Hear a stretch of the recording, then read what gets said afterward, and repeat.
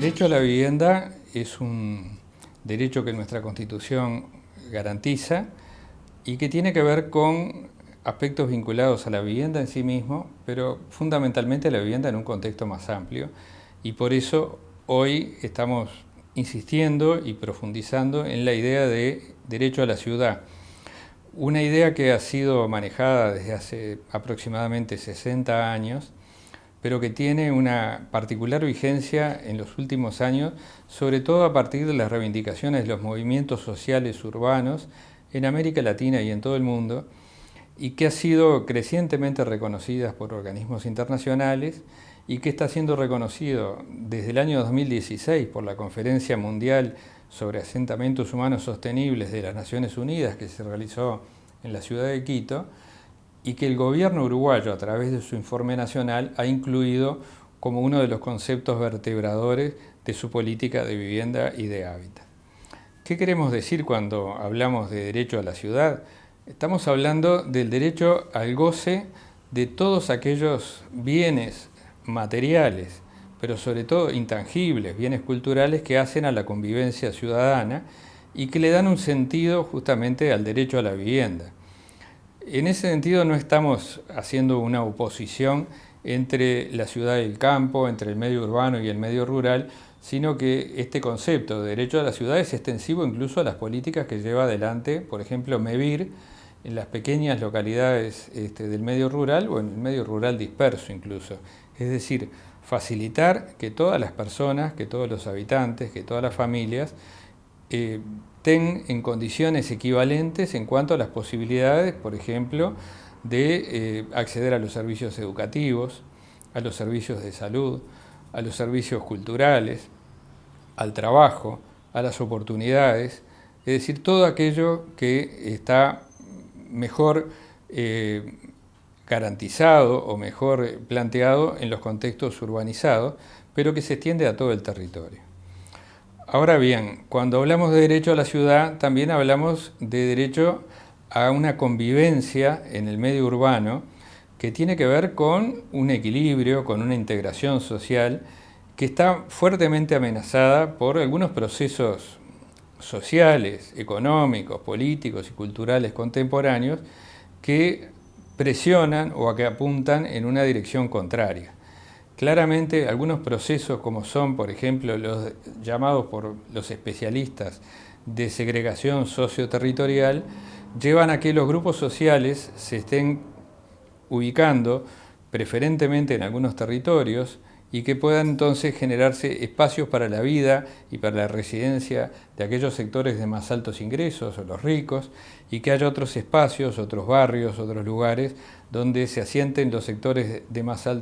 bajos ingresos, de menores ingresos o con más dificultades, de los sectores más pobres, y entonces se generen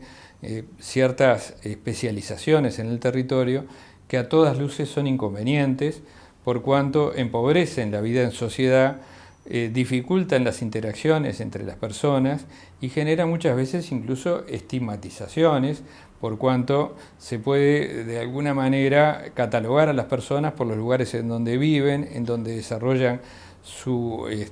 vida cotidiana, donde interactúan, y que muchas veces también tienen como una exclusión en cuanto al acceso a ciertas condiciones de igualdad. Por eso toda la política nacional de vivienda y hábitat apunta a una mejor integración y a una participación más equitativa de los diferentes sectores sociales en cuanto al acceso a la vivienda, pero sobre todo el acceso a la ciudad en su sentido más amplio y más diverso posible. Yo hablaba de algunas tendencias o algunas realidades contemporáneas que van en la dirección contraria. Una de ellas, y quizás la más angustiante, la más preocupante, tiene que ver con la precarización del hábitat, es decir, aquellas situaciones, ya sea en forma colectiva o agrupada, o en forma más individual o dispersa, que hacen a que las familias vivan en condiciones no dignas, en condiciones inaceptables desde el punto de vista material, desde el punto de vista también de su vínculo, en lo que tiene que ver con las relaciones barriales, las relaciones comunitarias, y en el acceso en primer lugar, a los servicios de infraestructura. El principal de ellos, por ejemplo, es el acceso, la vialidad, las calles, todo lo que tiene que ver con la conectividad, pero también otros servicios de infraestructura tan importantes como es el servicio de saneamiento, el abastecimiento de agua potable, el abastecimiento de energía eléctrica, etc. Estas condiciones de precariedad se pueden dar al interior de la vivienda, pero se pueden dar también en el medio urbano. Es así que nos preocupa y nos parece que es una de las líneas fundamentales de actuación todo lo que tiene que ver con la intervención en aquellos asentamientos precarios o informales que existen en el Uruguay desde antigua data. Hay investigaciones que hablan de sus orígenes ya en los años 40 del siglo pasado y que su realidad, para ser revertida, requiere un trabajo interinstitucional, un trabajo transversal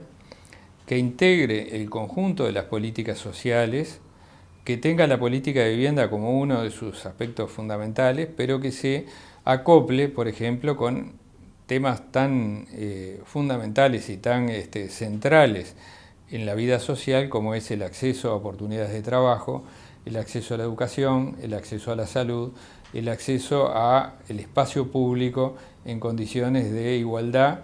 que muchas veces es negado y que nosotros consideramos que es parte de una vulneración de derechos.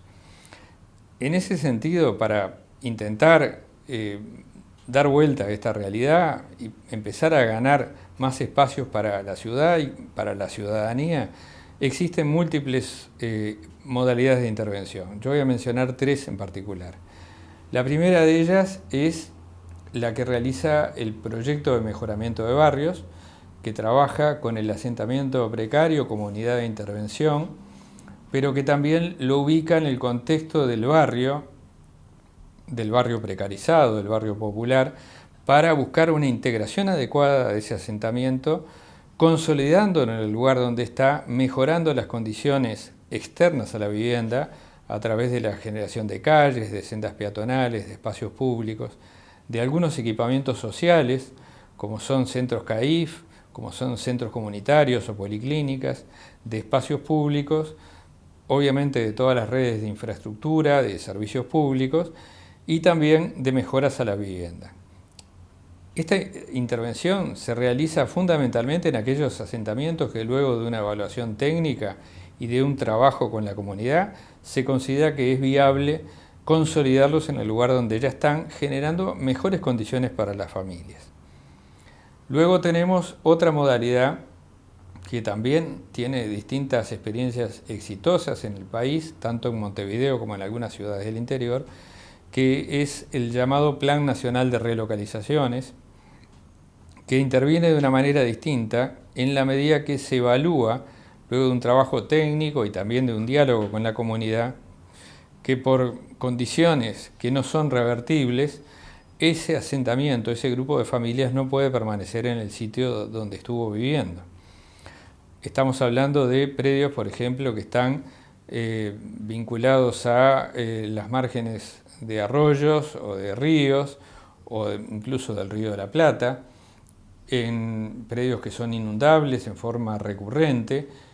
en terrenos que pueden estar en algún caso contaminados por haber sido antiguas canteras o depósitos de residuos sólidos urbanos o depósitos de residuos industriales, es decir, todo aquello que amenaza la salud y las posibilidades de permanecer un grupo de familias en un determinado lugar. Cuando ocurre esto, lo que se produce es una acción de relocalización, es decir, se ubica a estas familias en otros terrenos, generalmente en grupos pequeños, para no generar una gran concentración que podría ser inconveniente para el desarrollo de la vida comunitaria, y en viviendas que se construyen ex novo. Por último, hay una tercera vía de actuación que me parece que también es muy importante y que tiene que ver con justamente adecuar los instrumentos a las características y las condiciones de precariedad en las que cada familia pueda estar. Los dos primeros casos que yo mencionaba están vinculados a grupos mayores, generalmente a 10 familias, que pueden ser incluso muy numerosos y pueden llegar a nuclear a cerca de 200, 300 familias, Mientras que la tercera modalidad de intervención tiene que ver con lo que yo llamaba la precariedad dispersa, es decir, aquella precariedad que es menos visible, que está ubicada en el entorno urbanístico